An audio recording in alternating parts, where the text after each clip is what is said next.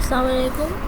हम लोगों ने जावा स्टार्ट की हुई है और अब तक हमारे बहुत से लेक्चर्स हो गए हैं, तो हमने बहुत कुछ पढ़ लिया है। हमने जावा स्टार्ट की, कमेंट्स पढ़े, वेरिएबल्स पढ़े, डेटा टाइप्स पढ़े, type casting, operator, string, math, booleans पढ़े। और आज जो हम पढ़ने वाले हैं वो है हमारे पास जावा इफ़ एल्स। इफ़ एल्स क्या होता है, हम जावा में क्यों यूज़ करते हैं, हम इसके बारे में पढ़ेंगे। तो इस वक्त वेबसाइट मैं यूज़ कर रही हूँ वो है W3 Schools, लिंक मैंने डिस्क्रिप्शन में दे दिया है। अब हम पढ़ते हैं कि इफ़ एल्स क्या होता है। इफ़ एल्स जो है वो एक कंडीशन स्टेटमेंट है। ये हम कंडीशन की बेस पे ये चलती है। मैं आपको समझाती हूँ कि इसमें है कंडीशन होता क्या है। पहले कंडीशन तो होता है कोई भी दो वेरिएबल्स हम ले लेते हैं, उसमें हम कंडीशन देते हैं कि क्या ए बड़ा है बी से, या ए छोटा है बराबर है बी से, या ए बड़ा है बी से, या ए छोटा है बराबर है बी से। ये सारे जो हैं वो कंडीशंस हैं, हमारे पास लॉजिकल कंडीशंस हैं और ये लॉजिक्स पे डिपेंड करता है। अगर ये ट्रू होंगी तो हमारे पास नेक्स्ट काम फिर एग्जीक्यूट होगा, अगर फॉल्स होंगी तो फिर एग्जीक्यूट होगा उस हिसाब से। तो इफ़ स्टेटमेंट्स जो हैं वो कंडीशन बेस्ड होती हैं और ये कंडीशन की बेस पे अपना वर्क करती हैं। अब हम पहले देखते हैं सिंपल इफ़ स्टेटमेंट कि इफ़ स्टेटमेंट क्या होता है। If statement is used to specify a book block of Java code to be executed as a condition is true। अगर कंडीशन ट्रू होगी तो हमने इफ़ के बाद हमें कंडीशन दे देनी है। अगर ये कंडीशन ट्रू होगी तो उसके ब्लॉक के अंदर, ये इसका ब्लॉक है, इसके अंदर जो भी कोड लिखेंगे वो एग्जीक्यूट हो जाएगा। अगर ये कंडीशन फॉल्स होगी तो इसके जो कोड होगा वो स्किप कर देगा, उसको वो एग्जीक्यूट नहीं करेगा। मैं आपको इसको सिंपल अल्फाज में समझा देती हूँ कि किस तरह वर्क करता है। हमारे पास यहाँ पर एक कंडीशन है,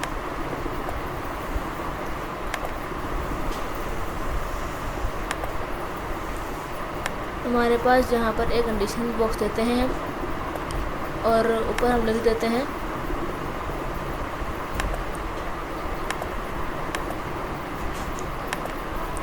ये है हमारे पास कंडीशन।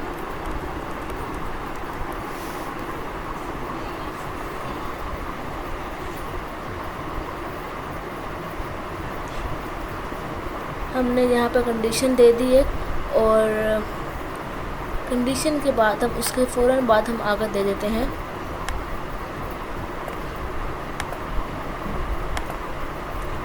कंडीशन के बाद हम एक ब्लॉक दे देते हैं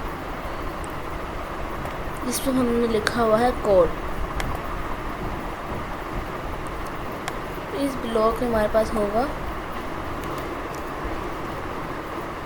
कोड। तो हम देखेंगे कि वर्क किस तरह करता है। जब हमारे पास कंडीशन ट्रू होगी तो हमारे पास जो कंपाइलर है वो नेक्स्ट ब्लॉक में, कोड वाले ब्लॉक में मूव कर जाएगा। लेकिन अगर कंडीशन जो है वो फॉल्स होगी तो क्या करेगा, तो ये एक हमारे पास ये ब्लॉक जो है वो स्किप कर देगा और उसके नेक्स्ट पहुंच जाएगा, उसके आगे जो कोड होगा उसको एग्जीक्यूट करेगा। और ये है हमारे पास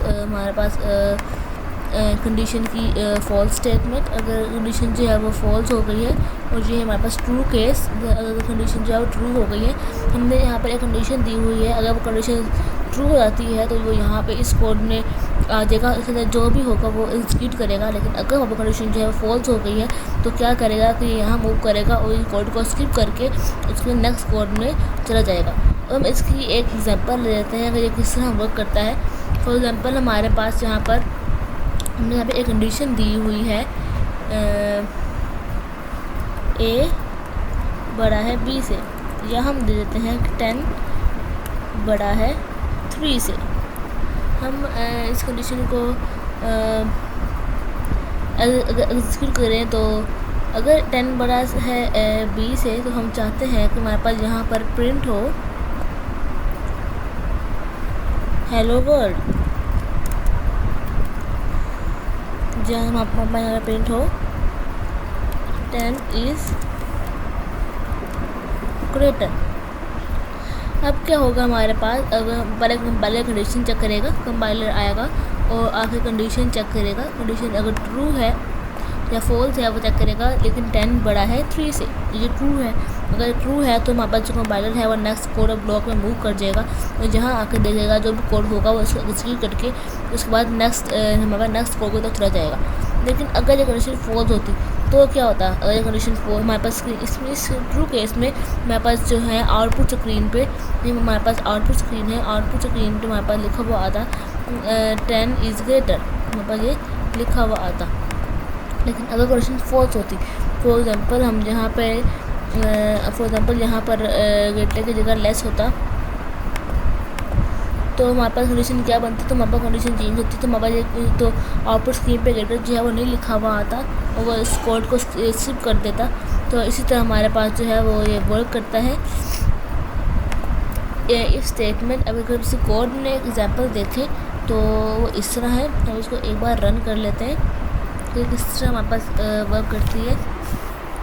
ये हमारे पास एक कोड है, ये हमारे पास मेन क्लास है और ये हमारे पास मेन मेथड है हमारा, और उसको हमने एक स्टेटमेंट लगाई हुई है इफ़ 20 इज़ ग्रेटर दैन 18। अगर 20 बड़ा है 18 से तो हमारे पास ये कोड जो है वो एग्जीक्यूट होगा। तो कंडीशन हमारे पास ट्रू है क्योंकि 20 18 से बड़ा होता है, तो ट्रू है तो उसने क्या किया कि 20 इज़ ग्रेटर दैन 18, उसने ये पिट कर दिया। और अगर हमारे पास कंडीशन फॉल्स होती तो क्या होता, अगर हम उसको फॉल्स कर दें, 20 छोटा है 18 से, हम इसको रन करेंगे तो हमारे पास कुछ भी जो है वो आउटपुट नहीं आएगा क्योंकि हमारे पास रन ही नहीं करेगा, मेरी स्टेटमेंट जो है वो हमारे पास रन ही नहीं करेगी।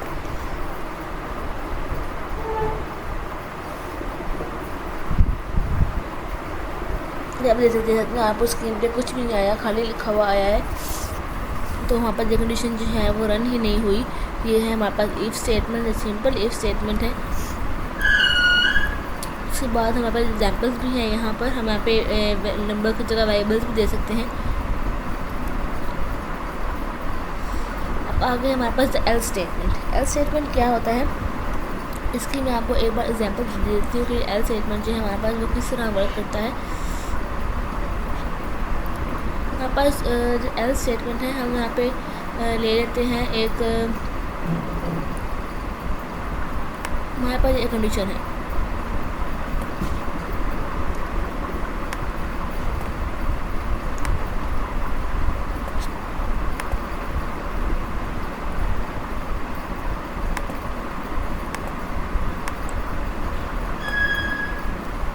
ये हमारे पास ट्रू,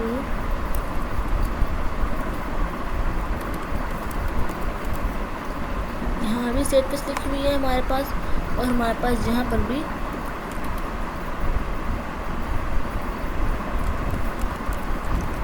स्टेटमेंट लिखी हुई है, जबकि हमारे पास ये जो है हमारे पास क्या है, कंडीशन है जो हमने दी हुई है।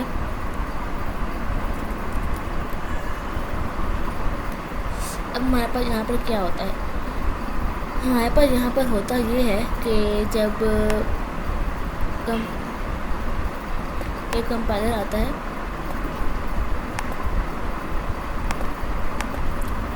हमारे पास कंपाइलर जो है वो कंडीशन चेक करता है।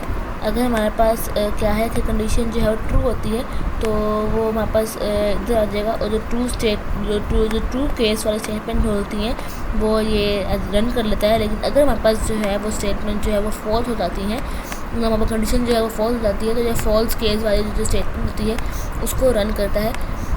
तो हमारे पास ये इस तरह काम करता है कि हमारे पास यहाँ पर कंडीशन दी हुई है। फॉर एग्जांपल हमारे पास यहाँ पर हमने दिया हुआ है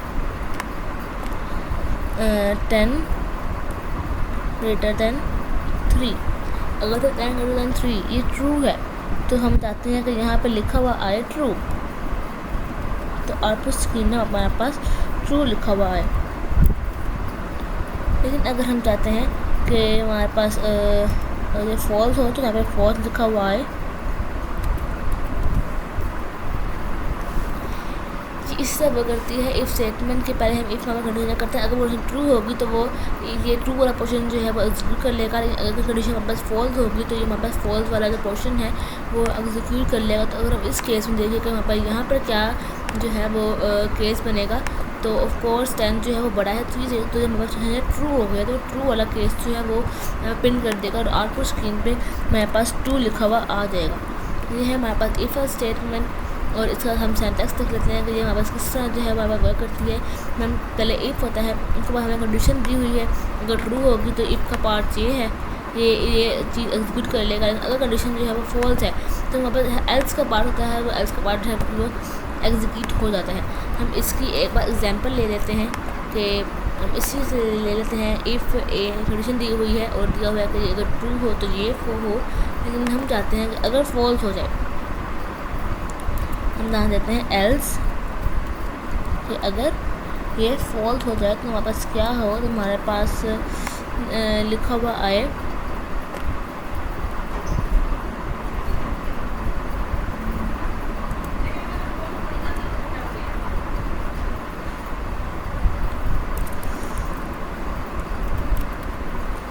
अगर ये फॉल्स हो तो हमारे पास एल्स वाला पार्ट एग्जीक्यूट हो जाए। हम इसको अब रन करके देखते हैं कि हमारे ये क्या आंसर देगा।